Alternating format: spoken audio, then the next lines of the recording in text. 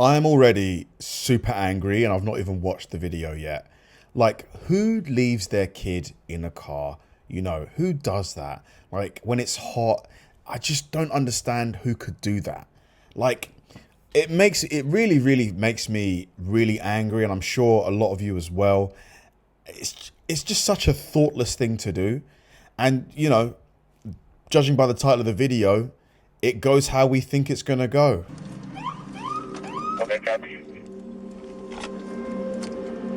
When on June 20th, 2018, Cleveland Police Department received reports of several gunshots near Highland Hills, responding officers rushed to the scene, which, unbeknownst to them, slowly unfolded into one of the most tragic cases the city had ever seen. Oh my God. She shot in the head! They shot my baby! I don't know these kids who shot it! Oh my God. Get these coppers out of here! I was in the I gotta get my boy! I gotta get my boy! Nobody saw what happened! The victim of the shooting, Sanaya Nicholson, who was tragically only 9 years old, had been shot in the head while sitting in the back of her mother's car. While EMS also arrived on site, the severity of the circumstances left little room for help. Awful.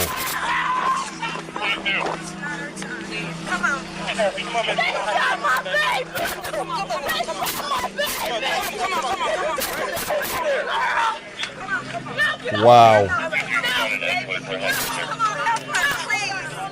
Sanaya Nicholson was rushed to the hospital. However, the injuries proved too severe, and she was pronounced dead that same evening at only 9 years of age. At the scene of the shooting, officers cleared the site and began asking witnesses about the exact sequence of events, trying to understand what led to the brutal killing. What investigators quickly learned was that, shockingly, multiple people were involved in the shooting, and as more evidence was uncovered, officers arrested multiple suspects, including 17-year-old Bruin Harrison and 18-year-old Aaron George. 17 and 18. So we're talking about kids.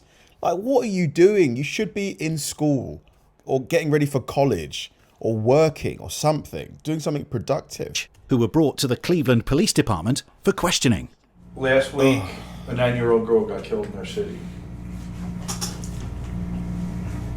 And we know that you were involved. We're sort of giving you this opportunity now to sort of come clean, tell us what the motivation was, how you found yourself in that predicament. Me personally, there's no explaining for me, because my intent wasn't, you feel me, like anything that went on. Now, how I find myself, you feel me, wherever, whenever, it's just cause like, on June. He's saying nothing at all. He didn't give us any information at all. He's just scrambling, isn't he? He knows he's guilty. 20th. What are you doing? What was June 20th? It's a Wednesday. Wednesday. What time? Probably at work. Were you with CJ that day? And then June 20th? Two guys? Yeah. I think so. Okay. Think hard. In a car? I do remember getting in the car. Aaron George went through the timeline of the day of the shooting, explaining that in the early afternoon, he was picked up by his friend CJ and someone called Devonte, who brought his brother Bruin along, two people Aaron didn't really know at that time. You know what time of day it is at this time? Like early, I think probably like 12. Oh, it's like early afternoon? Yeah. Okay. Because we was with each other for a minute. Okay. Okay, go ahead. Where'd you guys go from there? I mean, we went a couple places, you feel me? Like down the way, King Kenny, we kept on going to the gas station, back and forth to the gas station. We could be walking. I went up there to the court. We hoop in the K. It's a court back there. And then around about like, I want to say like what? Probably not even that late. Probably like 3, 4-ish. We start riding back out. You feel? Dude, what happened to start the shootout? We ride back around. Okay. And where do you go? We was trying to go to Lorraine. You feel me? But ain't nobody had no gas money, so long story short, we get to ride around, we rode around, and we stopped. Like the car shut off on it. Didn't nobody in the car have no more money, you feel me? We had spent it up on weed and miles and shells and stuff. We stopped, and the car stopped on Lee and Harvard. Right as the group arrived at a gas station, they got into an argument, primarily because they had run out of gas and nobody had any money to buy fuel. The group split up, as CJ and the driver, Devonte, went to get some money, leaving both Aaron and Bruin alone, which led to another argument because Aaron didn't want to be left alone with someone he considered a stranger. I get mad. I get mad at two people. CJ left me to hang with somebody I didn't even know. You feel me? But CJ being CJ, if he your brother, he my brother, you feel me? Because I rock with you. He should take care of you. Exactly. We should be rocking with each other. So basically, I'm up there at the gas station, and they just said, like, yeah, we finna go and get some money, you feel me, from around the corner at my sister's house. It was just us two. I'm like, bro, I'm just about to stand up here and beg for change. Us two being, who's the other person? The dude I didn't know. He was like, bro, we could just walk around and do that. I'm like, alright, bet. Aaron and Bruin, who had both become increasingly impatient, started going around the street asking strangers for money to get the car running again. This is such a messy situation.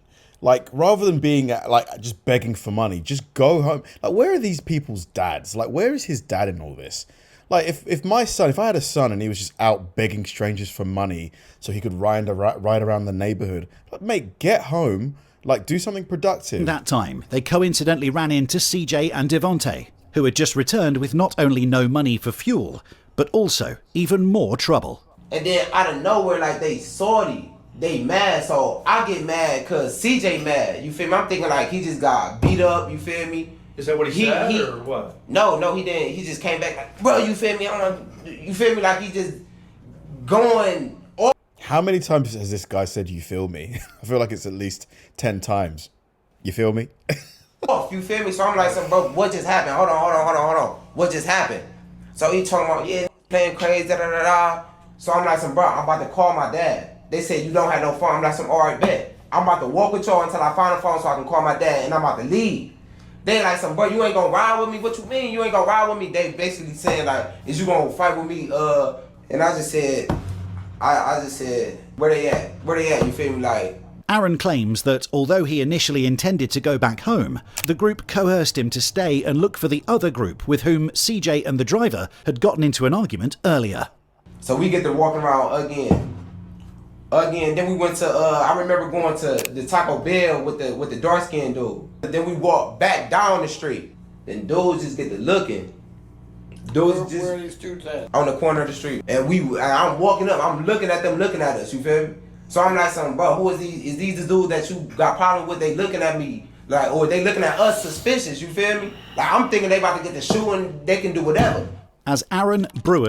But why? Like, why? Why did it need to escalate to shooting, though? If you've got a problem with someone, can't they talk it out, like, or just avoid them? And CJ and Devonte, the driver, walked back toward the gas station.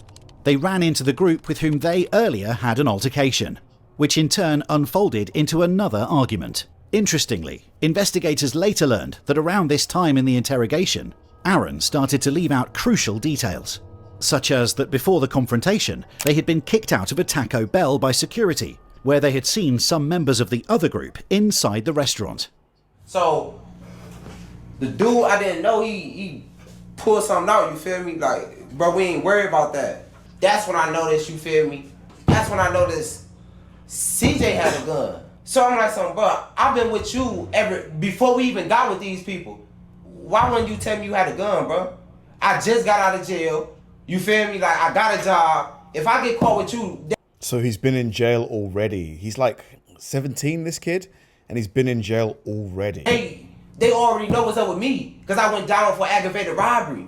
They not playing with that. So he get to talking about, oh yeah, you a bitch, da-da-da, you already know this type of life I get into and all this other shit. We get into that little argument like that. So now they see, the dudes at the corner see me and CJ like we're going back and forth like we about to fight. So they get to laughing. So I turn back around. I'm like, bro, CJ, bro, you feel me? Come on, you feel me? And there's a lot of people out here. It's daylight. I'm basically just telling him like, but don't try to shoot him. You feel me? So he was like, all right, bet, come on. So everybody listening. So long story short, I got $2 in my pocket. I put the $2 in the gas can that he had, like a spare gas can he had in the truck. So I put the $2 in the gas pump, and then I put the gas in there and I got in. Now, the dudes was standing right there. He's still mad, but I know CJ, I can calm him down sometimes, you feel me? So I'm like, somebody, you feel me? We out, you feel me? I'm about to go wake my dad up. We about to go get some more, you feel me? Like some orange bed. But pull this way, pull this way. So I'm like, bro, they down there. The dude ain't even listen to me. Okay. The dude that was driving didn't even listen to me. Is it the same guy that was driving? That was the same exact one. Why does he keep banging on the table? Is he unable to just get his thoughts out without like banging on the table? Dude didn't even listen to me. So that's when everything just started, you feel me, clicking to my mom. But your brother got a gun.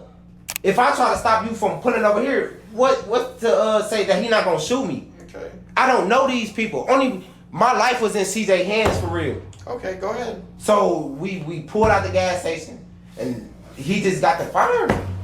At approximately 7:15. So he's blaming CJ for all of it. Of course he would, because he doesn't want to go to prison. Like, can you really believe what he's saying? You got to take it with a huge grain of salt, in my opinion. PM, the driver, Devontae, followed CJ's instructions and drove onto Lee Road, heading in the same direction where, minutes earlier, they had the confrontation with the other group. My brother was like, what the fuck So this is CJ. you doing? I was driving. Like, what you mean? So your brother didn't even know what was going on either. It just happened so fast. Although both Aaron and Bruin claimed that this in itself was an unexpected manoeuvre, investigators concluded that the group directly provoked an escalation by first searching for the other group and, upon finding them, getting into another argument, flashing their weapons and leaving, but only for a moment before eventually seeking revenge. Did he say anything before he shot? Not to me. I don't even think he said anything to nobody in the car. Only thing I remember is ducking down. The bullet almost went towards my head. How many times did he shoot, do you know? I don't know. After two shots, I'm like, but stop! I did like this through the back. My fault. I did like this through the back seat, bro. And that was it. It's like I felt the wind from the shot Coming at you. coming at me, and then when I looked over, the window that got busted out, it's a bullet right here, it went past, and I just ducked down. The only time I said something to them after that, I'm like, bro, call my dad, bro. I probably been shot, my adrenaline running. Detectives concluded that although Bruin also carried a weapon, CJ was the only person in the car who fired at the other group. As the car rolled up on them, more than 24 shots were fired between the groups. 24. Jesus. Without any regard for innocent bystanders, you know, anybody around in the area. They didn't care. They just were just like bang, bang, bang, bang. Like 24 shots at least. That's 24 shots. That is just so much.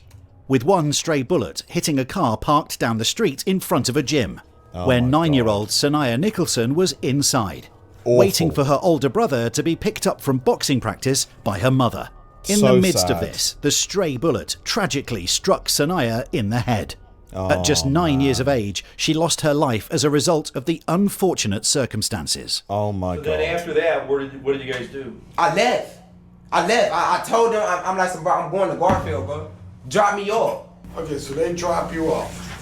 But they don't drop me off at the house. Yeah, they don't drop me off at my house. They drop me off on Wood Hill, 79th.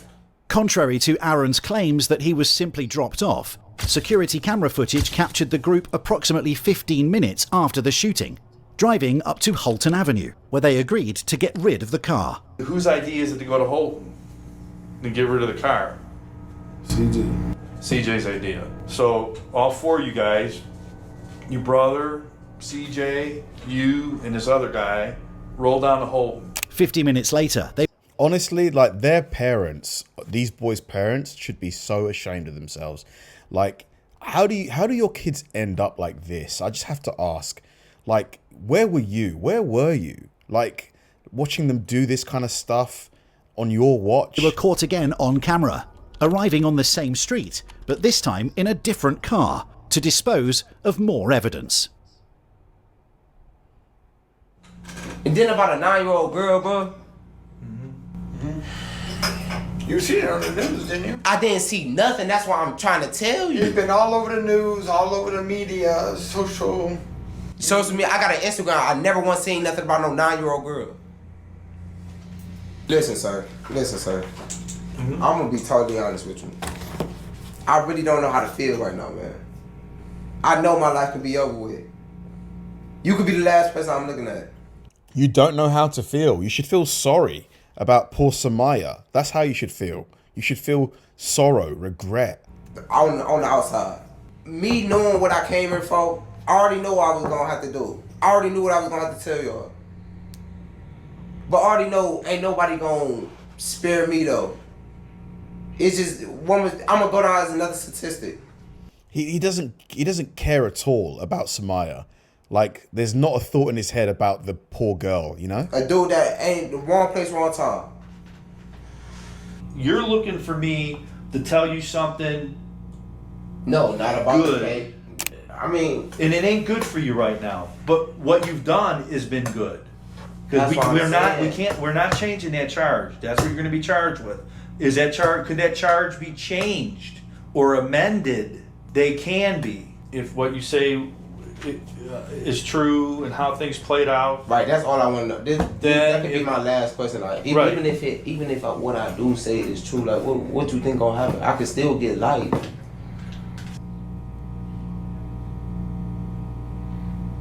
Like, My life is over, man. why are you hanging around? Like, if he truly was innocent in all this, why are you hanging around with these people? Like, get better friends, man. At 18, though.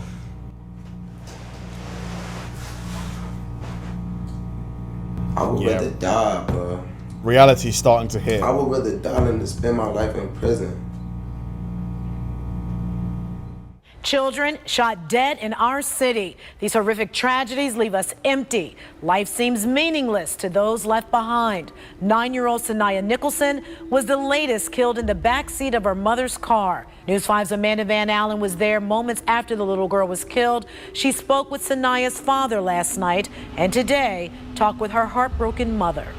During the court proceedings, all 7 suspects arrested in connection with the shooting were initially indicted on multiple charges, including aggravated murder, attempted murder, felonious assault, and other related counts. Wow. Many of those charges were later dropped when it was revealed that the bullet fired by Matizia Andrews, or CJ, directly resulted in the death of Sanaya Nicholson. So it turns out it was CJ. It was him. As a result, Aaron, Bruin, and Devontae pleaded guilty to tampering with evidence and are still awaiting sentencing. Dyshawn Bonner, Damaris Perry, and Timothy Green, the individuals from the other group, pleaded guilty to involuntary manslaughter for their involvement in the shooting. They were sentenced to 10 years in prison. 10 my life, years. but I can't give them back to Sanaya. If I could, I would. I'm sorry. Truly sorry.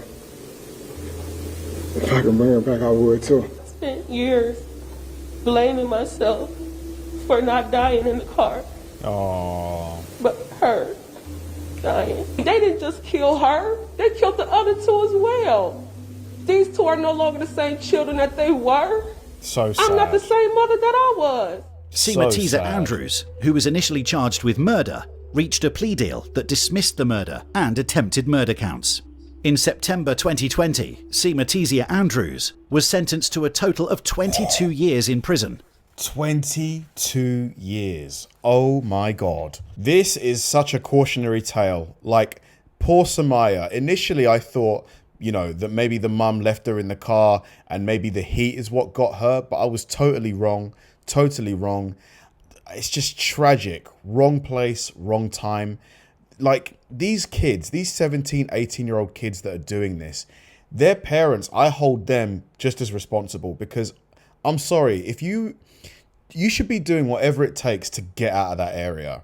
Like, that's what I'd be doing. Like, I would do everything I can to move my kid out of this sort of area because I don't know whether it's the kids they hang out with, maybe the cultures in those areas that makes these kids want to do this.